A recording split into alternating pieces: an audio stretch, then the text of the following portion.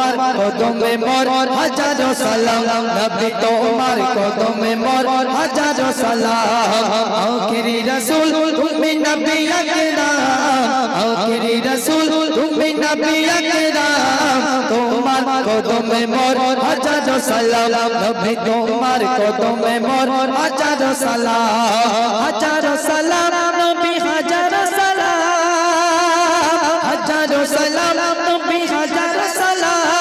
তোমার কদমে মোর হাজারো সালাম নবী তোমার কদমে মোর হাজারো সালাম বন্যের ঘরে আসমান জমিন সবাই তোমায় চিনেছে সবাই তোমায় চিনেছে ওই আকাশের মেঘমালা ছায়া তোমায় করেছে ছায়া তোমায় করেছে বন্যের ঘরে আসমান জমিন সবাই তোমায় চিনেছে সবাই তোমায় চিনেছে ওই আকাশের মেঘমালা ছায়া তোমায় করেছে ছায়া তোমায় করেছে মিষ্টি আতর যার গায়ে রয়ে ঘাম মিষ্টি আতর যার গায়ে রয়ে ঘাম তোমার কদমে মোর হাজারো সালাম নবী তোমার কদমে মোর হাজারো সালাম আখিরি রাসূল তুমি নবী আকরাম আখিরি রাসূল তুমি নবী আকরাম তোমার কদমে মোর হাজারো সালাম নবী তোমার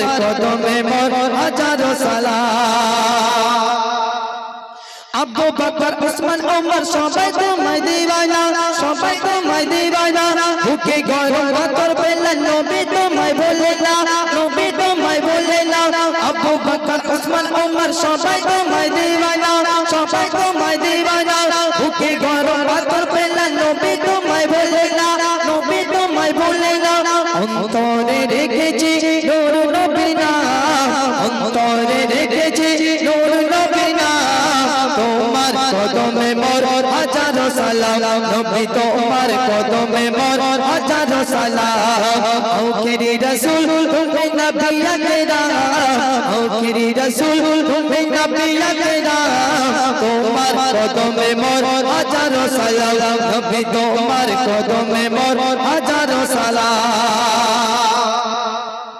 বরাক চড়ে দয়ার নবী মেরাজেতে গিয়েছে মেরাজেতে গিয়েছে পায়ের ধুলায় আল্লাহর আরশ ধন্য সেদিন হয়েছে ধন্য সেদিন হয়েছে বরাক চড়ে দয়ার নবী মেরাজেতে গিয়েছে মেরাজেতে গিয়েছে পায়ের ধুলায় আল্লাহর আরশ ধন্য সেদিন হয়েছে ধন্য সেদিন হয়েছে জান্নাতে রুমে রুমে লেখা যার নাম জান্নাতে রুমে রুমে লেখা যার নাম তোমার কদমে মোর হাজারো সালাম নবী তোমার কদমে মোর হাজারো সালাম আখিরি রাসূল তুমি নবী আকরাম আখিরি রাসূল তুমি নবী আকরাম তোমার কদমে মোর হাজারো সালাম নবী তোমার কদমে মোর হাজারো সালাম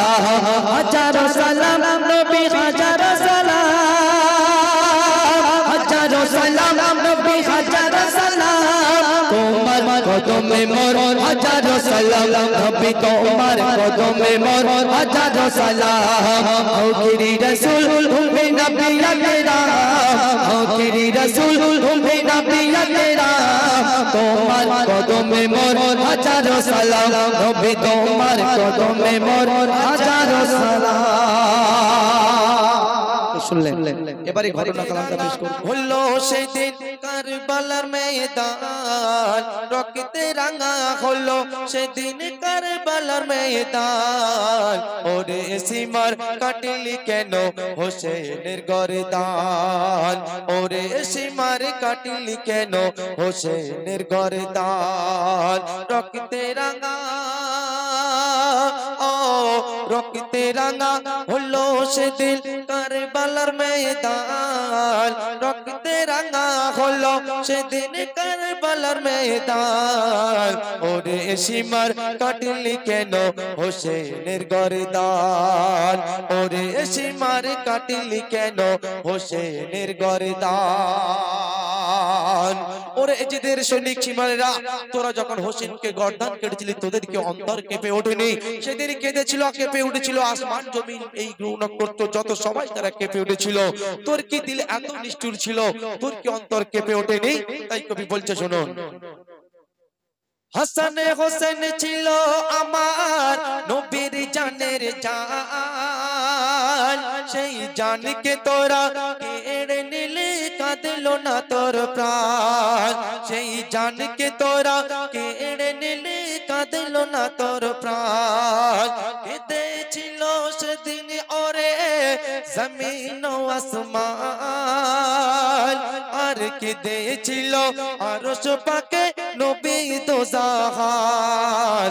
আজ মোরা ও আজ মোরা এই দিনটা ভুলতে পারি না, আজ মোরা সেই দিনটা ভুলতে পারি না। রক্তে রাঙা হলো সেদিন কারবালার ময়দান। এজিদ সেনারা যখন হোসেনের বুকে যখন পারে শত শত তীর ঢোকাতে লাগলো, হোসেন তখন আম্মা আম্মা করে চেঁচাতে লাগলো, নানা জান কোথা আছে পাঠাতে লাগলো।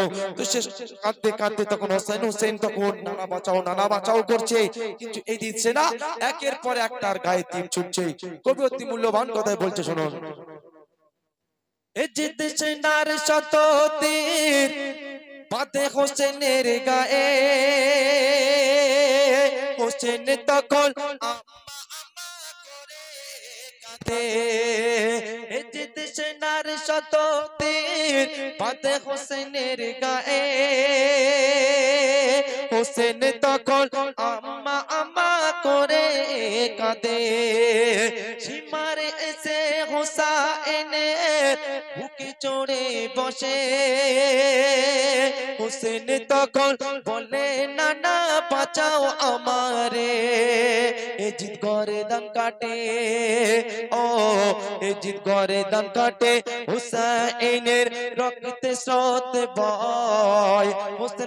হুসাইনের গর্দান কাটে কারবালাতে রক্তে স্রোত বয়। রক্তে রাঙা হলো সেদিন কারবালার ময়দান। মা সাকিনা আব্বাজানকে খুঁজতে খুঁজতে কারবালাইতে যখন গিয়ে দেখছে যে সকল জনের মাথা পড়ে আছে, দেহ পড়ে আছে, ৭২টা শহীদের লাশ পড়ে আছে, আর ৭১টা মাথা। আমার আব্বাজানের মাথা কোনটা?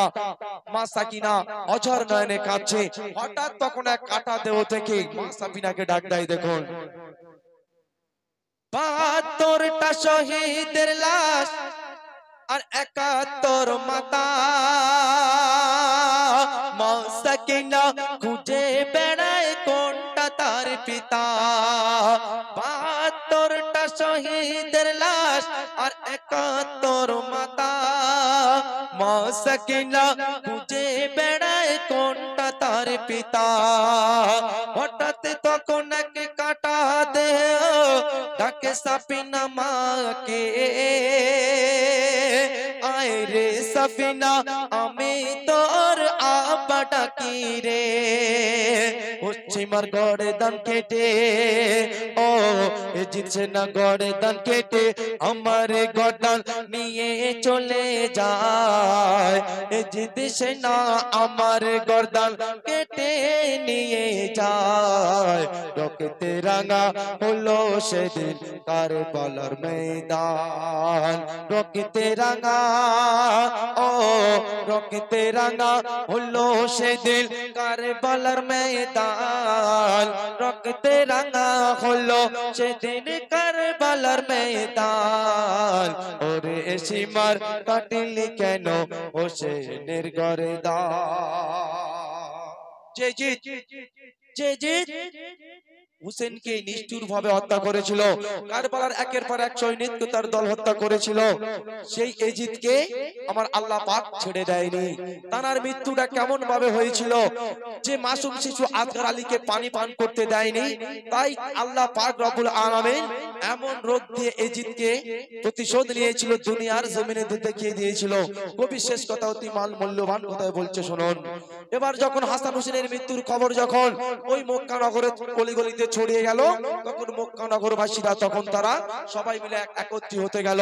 তো এই একত্রের খবর যখন এজিদের কানে পৌঁছালো, এজিদ তখন মক্কার অলিগলিতে সৈন্য পাঠিয়ে তারা আগুন জ্বালিয়ে দিয়েছিল। সেই আগুন আবার মক্কাবাসীরা নিভিয়ে দিয়েছিল। সেই আগুনে মক্কাবাসীদের কোনো ক্ষতি করতে পারেনি, কিন্তু সেই আগুন এজিদকে কত বড় ক্ষতি করেছে শুনুন। মক্কাবাসী যখন আগুন নিভিয়ে দিল, এজিদের পেটে আগুন জ্বালা শুরু হলো। মক্কাবাসী যখন আগুন নিভিয়ে দিল, এজিদের পেটে আগুন জ্বালা শুরু হলো। এমন রোগ আমার আল্লাহ এজিদকে দিল, জমিনের মাঝে এজিদ পানি পানি কটর পালো।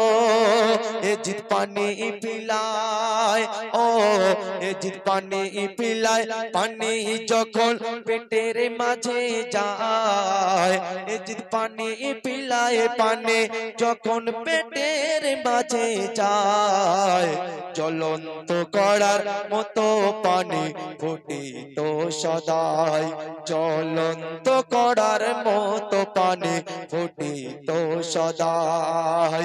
রক্তে রাঙা, ও রক্তে রাঙা হলো সেদিন কারবালার ময়দান, রক্তে রাঙা হলো সেদিন কারবালার ময়দান। ওরে সীমার কাটলি কেন হোসেনের গর্দান।